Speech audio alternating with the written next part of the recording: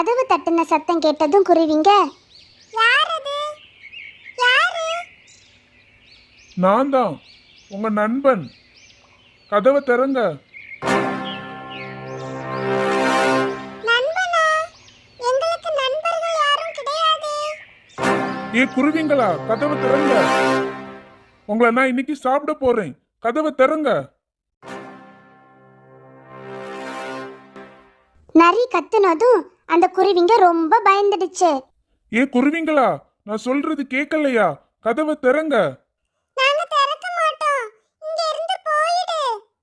இப்ப நீங்க திறக்கலன்னா நான் கதவை உடைச்சு உள்ள வந்துருவேன். சீக்கிரம் கதவை திறங்க. குருவிங்க ரொம்பவே பயந்து போயிடுச்சு. அப்ப அந்த குருவிங்களுக்கு அவங்க அம்மா சொன்ன ஒரு விஷயம் ஞாபகம் வந்துச்சு. குழந்தைகளா, நம்ம எந்த ஒரு ஆபத்து வந்தாலும் பயப்படாம தைரியமா இருக்கணும்.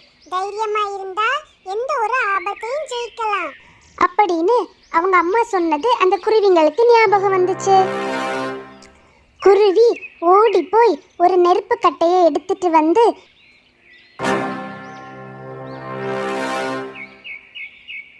மெதுவா வெளியே எட்டி பார்த்துச்சு. அந்த சமயம் எப்படியாவது வீட்டுக்குள்ள போகணுமே. எப்படி போறது? யோசிச்சுக்கிட்டு இருக்கும்போது குருவி நெருப்பு கட்டைய வெளியே நீட்டுச்சு. அந்த நெருப்பு நரிக்க வால்ல பட்டுச்சு.